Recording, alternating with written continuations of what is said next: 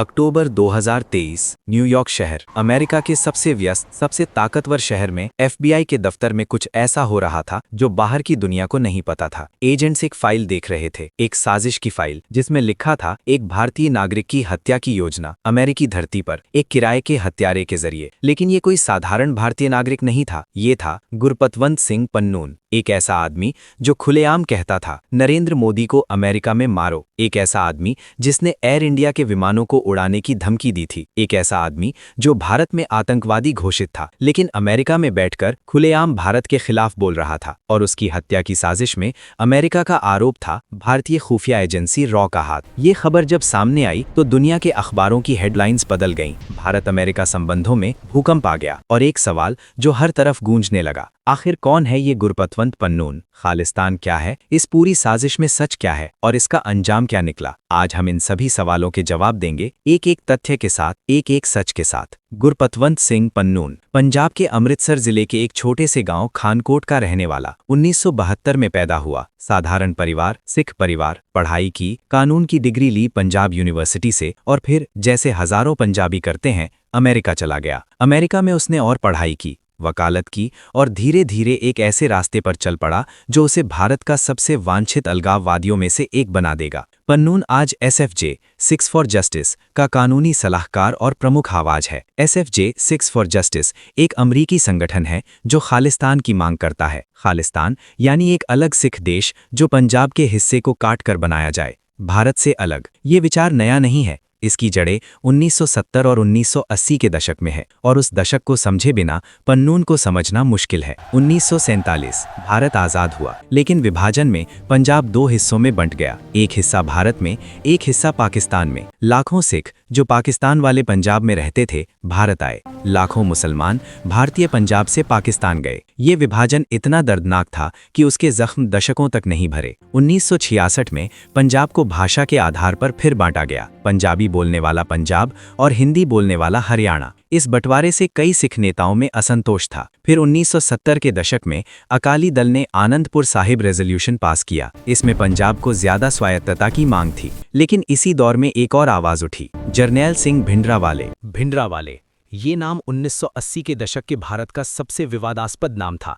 एक धार्मिक प्रचारक जो धीरे धीरे एक सशस्त्र आंदोलन का चेहरा बन गया। उसके समर्थक उसे सिखों का नायक मानते थे, उसके विरोधी उसे आतंकवाद का प्रतीक। सच जो भी हो, इतना तय है कि भिंडरावाले और उसके सशस्त्र समर्थकों ने स्वर्ण मंदिर, अमृतसर के पवित्रतम स्थान को अपना गढ़ बना लिया। हथियार इकट्ठे किए, सुरक्षाकर्मियों पर हमले हुए, पंजाब में हिंसा बढ़ती गई। जून 1984 प्रधानमंत्री इंदिरा गांधी ने आदेश दिया, ऑपरेशन ब्लू स्टार। भारतीय सेना ने स्वर्ण मंदिर के अंदर ऑपरेशन किया, भिंडरावाले मारा गया। लेकिन इस ऑपरेशन ने पूरे सिख समुदाय में एक ऐसा घाव दिया जो बरसों तक नहीं भरा। स्वर्ण मंदिर, सिखों का सबसे पवित्र स्थान, में सेना के जाने से लाखों सिखों को गहरा धार्मिक आघात लगा।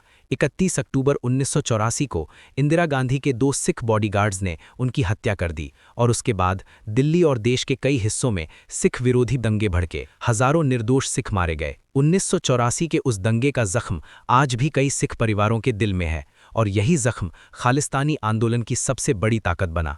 1984 के बाद पंजाब में आतंकवाद की एक भयावह लहर आई।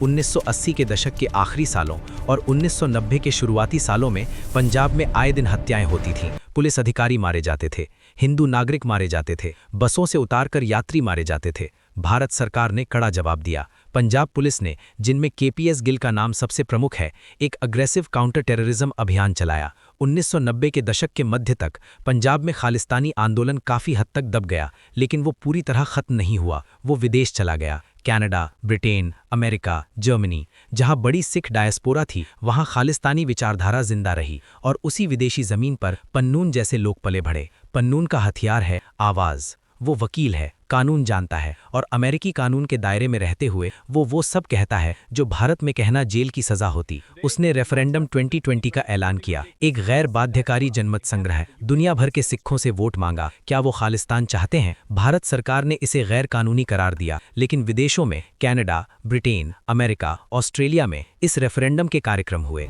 पन्नून के वीडियो सोशल मीडिया पर वायरल होते थे और उन वीडियोज में वो जो कहता था वो सुनकर रूह कांप जाती थी। उसने कहा, एयर इंडिया के विमानों पर मत बैठो, खतरा है। उसने कहा, पंजाब में हिंदुओं को पंजाब छोड़ना होगा। उसने भारतीय प्रधानमंत्री नरेंद्र मोदी के अमेरिका दौरे के दौरान खुलेआम कहा, मोदी को अमेरिका में मारो। ये कोई प्राइवेट बातचीत नहीं थी, ये एक वीडियो था जो सोशल मीडिया पर था, जो लाखों लोगों ने देखा। भारत बौखला गया। 2020 में भारत सरकार ने पन्नून को आतंकवादी घोषित किया। Unlawful activities prevention act UAPA के तहत उसकी पंजाब में संपत्तियां जब्त की गईं, लेकिन पन्नून न्यूयॉर्क में बैठा था और अमेरिका में भारत का ये डेजिग्नेशन कोई मायने नहीं रखता था। अब आते हैं उस बिंदु पर जिसने इस पूरी कहानी को एक नया मोड़ दिया। अक्टूबर 2023 अमेरिकी न्याय विभाग यानी डिपार्टमेंट ऑफ जस्टिस ने एक क्रिमिनल कंप्लेंट दायर की और उसमें जो लिखा था वो पढ़कर दुनिया हैरान रह गई।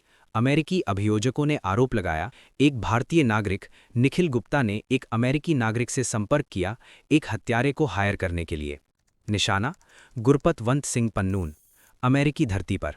और इस साजिश के पीछे अमेरिका का आरोप था एक भारतीय सरकारी अधिकारी का हाथ है, जिसे अमेरिकी दस्तावेजों में CC1 यानी को कंस्पिरेटर 1 कहा गया।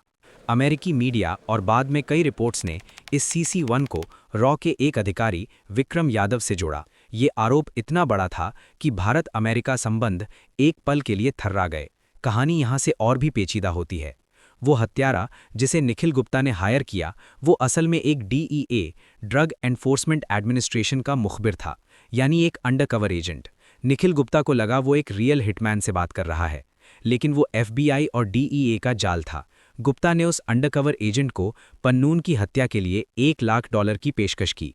पहली किस्त के रूप में $15,000 की क्रिप्टो करेंसी ट्रांसफर भी हुई। ये सब अमेरिकी एजेंसियां रिकॉर्ड कर रही थीं। निखिल गुप्ता, जो उस वक्त चेक गणराज्य चेक रिपब्लिक में था, को वहां गिरफ्तार किया गया और बाद में उसे अमेरिका प्रत्यर्पित किया गया।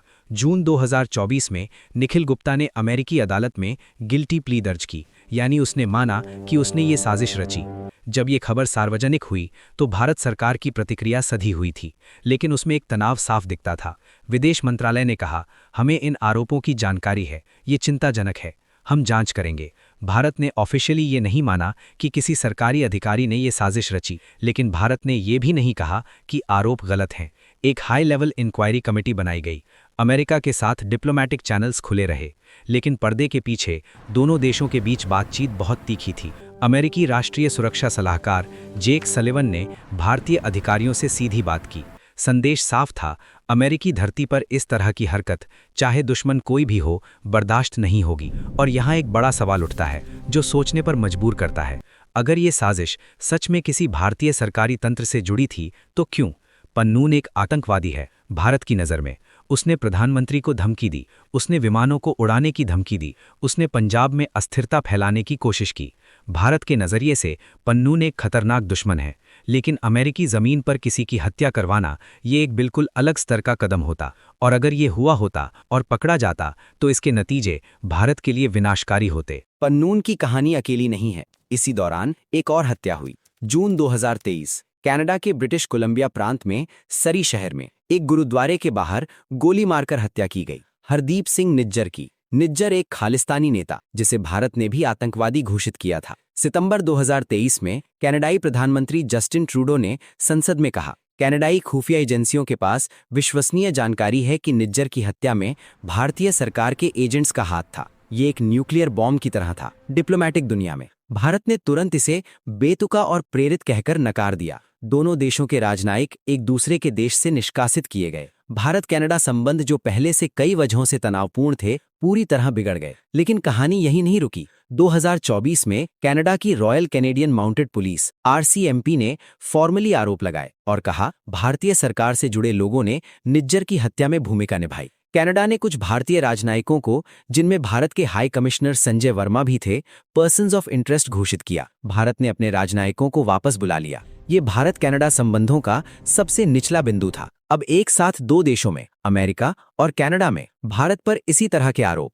दुनिया सोचने लगी, क्या ये कोई पैटर्न है? क्या भारत अपने दुश्मनों को विदेशी जमीन पर खत्म करने की नीति अपना रहा है? यहाँ हमें बहुत सावधानी से तथ्य देखने होंगे, क्योंकि ये एक ऐसा विषय है जिसमें भावनाएं और राजनीति दोनों मिली हुई हैं। पहली बात, भारत सरकार ने ऑफिशियली कभी नहीं माना कि उसकी कोई टारगेटेड किलिंग पॉलिसी है। दूसरी बात, निखिल गुप्ता केस में एक व्यक्ति ने गिल्टी प्ली ली, यानी वो साजिश रियल थी, लेकिन उस साजिश में भारत सरकार की कितनी ऊंचाई तक संलिप्तता थी, ये अभी भी पूरी तरह स्थापित नहीं हुआ है। तीसरी बात, निज्जर हत्याकांड में कनाडा ने आरोप लगाए, लेकिन 2024 तक किसी भारतीय सरकारी अधिकारी को फॉर्मली चार्ज नहीं किया गया था। चौथी बात, दुनिया के कई देश, अमेरिका, इजराइल, रूस, विदेशी जमीन पर अपने दुश्मनों को निशाना बनाते रहे हैं। इजराइल की मोसाड ने दशकों तक दुनिया भर में हत्याएं की। अमेरिका ने ड्रोन स्ट्राइक से पाकिस्तान, यमन, सीरिया में कई लोगों को मारा। लेकिन जब भारत पर ऐसा आरोप लगा तो पश्चिमी देशों ने इसे डिफरेंटली ट्रीट किया।